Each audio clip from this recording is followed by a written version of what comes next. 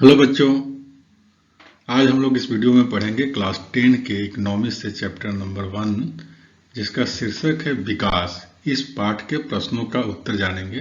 पाठ्य पुस्तक के 3 प्रश्न जो हैं वो ऑब्जेक्टिव हैं। इसमें पहला है, सामान्यतः किसी देश का विकास किस आधार पर निर्धारित किया जाता है। इसके 4 ऑप्शन दिए हुए हैं, जिसमें पहला है प्रति व्यक्ति आय, और दूसरा ख औसत साक्षरता स्तर, ग है लोगों की स्वास्थ्य की स्थिति, और ग है उपरोक्त सभी उत्तर। इसका जो सही उत्तर होगा वो घ होगा। सारे उत्तर जो सही हैं। दूसरा प्रश्न है, निम्नलिखित पड़ोसी देशों में से मानव विकास के लिहाज से किस देश की स्थिति भारत से बेहतर है। इसके 4 ऑप्शन हैं, जिसमें क बांग्लादेश, ख श्रीलंका, ग नेपाल और घ पाकिस्तान। इसका सही उत्तर ख होगा, श्रीलंका। पाठ का तीसरा प्रश्न है, मान लीजिए कि एक देश में 4 परिवार हैं। इन परिवारों की प्रति व्यक्ति आय 5,000 रुपये है। अगर 3 परिवारों की आय क्रमशः 4,000, 7,000 और 3,000 रुपये हैं, तो चौथे परिवार की आय क्या होगी, क्या है। इसके 4 ऑप्शन हैं, जिसमें एक 7,500 रुपया, ख 3,000 रुपये और ग 2,000 और घ है 6,000 रुपये। इस प्रश्न का सही उत्तर घ होगा, 6,000 रुपये। चौथा प्रश्न है, विश्व बैंक विभिन्न वर्गों का वर्गीकरण करने के लिए किस प्रमुख मापदंड का प्रयोग करता है। इस मापदंड की अगर कोई है तो सीमाएं क्या है। इस प्रश्न का उत्तर इस तरह से होगा, विश्व बैंक विभिन्न वर्गों का वर्गीकरण करने के लिए किसी देश की आय को प्रमुख मापदंड मानता है। जिस देश की आय अधिक है उन्हें अधिक विकसित समझा जाता है, और कम आय के देशों को कम विकसित। ऐसा माना जाता है कि अधिक आय का अर्थ होता है कि इंसान की जरूरतों की सभी चीजें प्रचुर मात्रा में उपलब्ध की जा सकती है। जो भी लोगों को पसंद है और जो उनके पास होना चाहिए, वे उन सभी चीजों को अधिक आय के जरिए ही प्राप्त कर पाएंगे। इसलिए ज्यादा आय विभिन्न वर्गों का वर्गीकरण करने का एक प्रमुख मापदंड माना जाता है। विश्व बैंक की विश्व विकास रिपोर्ट 2006 में देशों का वर्गीकरण करने में इस मापदंड का प्रयोग किया गया है। वे देश जिसकी आय 2004 में प्रति व्यक्ति आय $10,066 प्रति वर्ष या उससे अधिक है, जिसको समृद्ध देश कहा जाता है। और वे देश जिनकी प्रति व्यक्ति आय $825 प्रति वर्ष या उससे कम है, उन्हें निम्न आय वाले देश कहा जाता है। भारत निम्न आय देशों के वर्ग में आता है, क्योंकि उसकी प्रति व्यक्ति आय 2004 में केवल $620 प्रति वर्ष। सीमाएं विभिन्न देशों का वर्गीकरण करने के लिए किसी देश की राष्ट्रीय आय को अच्छा मापदंड नहीं माना जा सकता, क्योंकि विभिन्न देशों की जनसंख्या विभिन्न होती है। कुल आय की तुलना करने से हमें पता नहीं चलेगा कि औसत व्यक्ति आय क्या कमा सकता है। इससे हमें विभिन्न देशों के लोगों की परिस्थितियों का भी पता नहीं चल सकता। इसलिए राष्ट्रीय आय वर्गीकरण का अच्छा मापदंड नहीं माना जाता। पाठ का 5वां प्रश्न है, विकास मापने का यूएनडीपी का मापदंड किन पहलुओं में विश्व बैंक के मापदंड से अलग है। विश्व बैंक का मापदंड केवल आय पर आधारित है। इस मापदंड की बहुत सारी सीमाएं हैं। आय के अतिरिक्त भी कई अन्य मापदंड हैं जो विकास मापने के लिए जरूरी है, क्योंकि मनुष्य केवल बेहतर आय के बारे में नहीं सोचता, बल्कि वह अपनी सुरक्षा, दूसरों से आदर और बराबरी का व्यवहार पाना, आजादी इत्यादि भी हैं, जैसे अन्य लक्ष्यों के बारे में भी सोचता है। यूएनडीपी द्वारा प्रकाशित मानव विकास रिपोर्ट में विकास के लिए निम्नलिखित मापदंड अपनाए गए हैं, जिसमें पहला है लोगों का स्वास्थ्य। मानव विकास का प्रमुख मापदंड है स्वास्थ्य या दीर्घायु। विभिन्न देशों के लोगों की जीवन प्रत्याशा जितनी अधिक होगी, वह मानव विकास की दृष्टि से उतना ही अधिक विकसित देश माना जाएगा। और दूसरा है शैक्षणिक स्तर। मानव विकास का दूसरा मापदंड है शैक्षिक स्तर। किसी देश में साक्षरता की दर जितनी ज्यादा होगी, वह उतना ही विकसित माना जाएगा, और यह दर यदि कम होगी तो उस देश को अल्प विकसित कहा जाएगा। तीसरा है प्रति व्यक्ति आय। मानव विकास का तीसरा मापदंड है प्रति व्यक्ति आय। जिस देश में प्रति व्यक्ति आय अधिक होगी, उस देश में लोगों का जीवन स्तर भी अच्छा होगा, और अच्छा जीवन स्तर विकास की पहचान है। जिन देशों में लोगों की प्रति व्यक्ति आय कम होगी, लोगों का जीवन स्तर भी अच्छा नहीं होगा, ऐसे देश को विकसित देश नहीं माना जा सकता। कई वर्षों के अध्ययन के बाद यूएनडीपी ने विश्व के 173 देशों का मूल्यांकन इन आधारों पर किया। 53 देशों को उच्च मानव विकास की श्रेणी में और 84 देशों को मध्यम मानव विकास श्रेणी में तथा 26 देशों को मानव विकास के स्तर पर रखा। पाठ का छठा प्रश्न है, हम औसत का प्रयोग क्यों करते हैं? इनके प्रयोग के लिए क्या कोई सीमाएं हैं? विकास से जुड़े अपने उदाहरण देकर स्पष्ट कीजिए। प्रश्न का उत्तर इस तरह से होगा, औसत का प्रयोग किसी भी विषय या क्षेत्र का अनुमान विभिन्न स्तरों पर लगाने के लिए किया जाता है। जैसे किसी देश में सभी लोग अलग अलग आय प्राप्त करते हैं, किंतु देश के विकास स्तर को जानने के लिए प्रति व्यक्ति आय निकाल ली जाती है, जो औसत के माध्यम से ही निकाली जाती है। इससे हमें एक देश के विकास के स्तर का पता चलता है, किंतु औसत का प्रयोग करने पर कई समस्याएं आती है। औसत से किसी भी चीज का सही अनुमान नहीं लगाया जा सकता। इसमें असमानताएं छिप जाती है। उदाहरण के लिए, किसी देश में रहने वाले 4 परिवारों में से 3 परिवार 500 रुपये कमाते हैं तथा एक परिवार 48,000 रुपये कमा रहा है, जबकि दूसरे देश में सभी परिवार 9,000 रुपये और 10,000 रुपये के बीच में कमाते हैं। दोनों देशों की औसत आय समान है, किंतु एक देश में आर्थिक असमानता बहुत ज्यादा है, जबकि दूसरे देश में सभी नागरिक आर्थिक रूप से समान स्तर के हैं।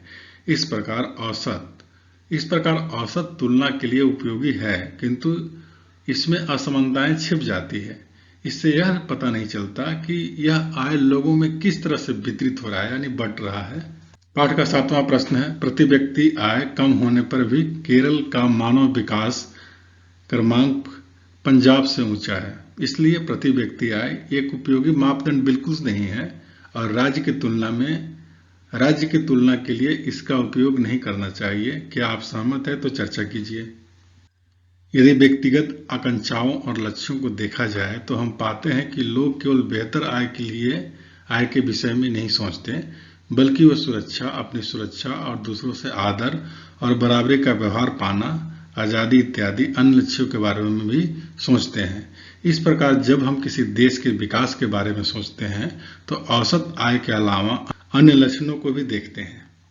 आप ध्यान से तालिका 1.1 को देखें। दिए गए आंकड़ों के अनुसार पंजाब की जो प्रति व्यक्ति आय है केरल और बिहार से ज्यादा है। इस प्रकार यदि आय को ही विकास का मापदंड माना जाए तो तीनों राज्यों में पंजाब सबसे अधिक और बिहार सबसे कम विकसित राज्य माना जाएगा। और दूसरा जो तालिका है 1.2, इसको ध्यान से देखिए आप। इसमें दिए गए अन्य आंकड़ों को देख पाते हैं तो केरल में शिशु का जो मृत्यु दर है पंजाब से बहुत कम है, जबकि पंजाब में प्रति व्यक्ति आय अधिक है। इस प्रकार केरल में साक्षरता दर सबसे अधिक और बिहार में सबसे कम है। इस प्रकार केवल प्रति व्यक्ति आय को ही विकास का मापदंड नहीं माना जा सकता। अन्य मापदंडों जैसे साक्षरता, स्वास्थ्य आदि को भी देखें तो केरल की स्थिति पंजाब से बेहतर है। इस तालिका में प्रयोग किए गए कुछ शब्दों की व्याख्या इस तरह से है, जिसमें शिशु मृत्यु दर किसी वर्ष में पैदा हुए 1000 जीवित बच्चों में से 1 वर्ष की आयु से पहले मर जाने वाले बच्चों का अनुपात दिखाती है, और साक्षरता दर 7 वर्ष और उससे अधिक आयु के लोगों में साक्षर जनसंख्या का अनुपात दिखाती है। निवल उपस्थित अनुपात है 6 से 10 वर्ष की आयु के स्कूल जाने वाले कुल बच्चों का उस आयु वर्ग के कुल बच्चों के साथ प्रतिशत। पाठ का 8वां प्रश्न है, भारत के लोगों के द्वारा ऊर्जा के किन स्रोतों का प्रयोग किया जाता है, ज्ञात कीजिए। अब से 50 वर्ष के पश्चात क्या संभावनाएं हो सकती है? भारत के लोगों के द्वारा इस्तेमाल किए जाने वाले ऊर्जा के वर्तमान स्रोत निम्नलिखित हैं, जिसमें पहला है कोयला। कोयला का प्रयोग ईंधन के रूप में तथा उद्योगों में कच्चे माल के रूप में किया जाता है। वाष्प इंजन में जिसमें कोयले का प्रयोग होता है, रेलों और उद्योगों के काम में लाया जाता है। और दूसरा है खनिज तेल। खनिज तेल का प्रयोग सड़क परिवहन, जहाजों, वायुयानों इत्यादि में किया जाता है। तेल को प्रसंस्कृत करके डीजल, मिट्टी का तेल, पेट्रोल इत्यादि प्राप्त किए जाते हैं। तीसरा है प्राकृतिक गैस। प्राकृतिक गैस का भी अब शक्ति के साधन के रूप में बहुत प्रयोग किया जाने लगा है। गैस को पाइपों के सहारे दूर दूर के स्थानों पर पहुंचाया जाता है। इससे अनेक औद्योगिक इकाइयां चल रही है। और चौथा है जल विद्युत। यह ऊर्जा का नवीकरण संसाधन है। अब तक ज्ञात सभी संसाधनों में सबसे सस्ता है। इसका प्रयोग घरों, दफ्तरों तथा औद्योगिक इकाइयों में बड़े पैमाने पर किया जाता है। और पांचवा है ऊर्जा के अन्य स्रोत। ऊर्जा के कुछ ऐसे भी स्रोत हैं जिनका प्रयोग अभी कुछ समय पूर्व से ही किया जाने लगा है। ये सभी स्रोत नवीनकरणीय है, मतलब नई है, जैसे पवन ऊर्जा, सौर ऊर्जा, बायोगैस, भूतापीय ऊर्जा इत्यादि।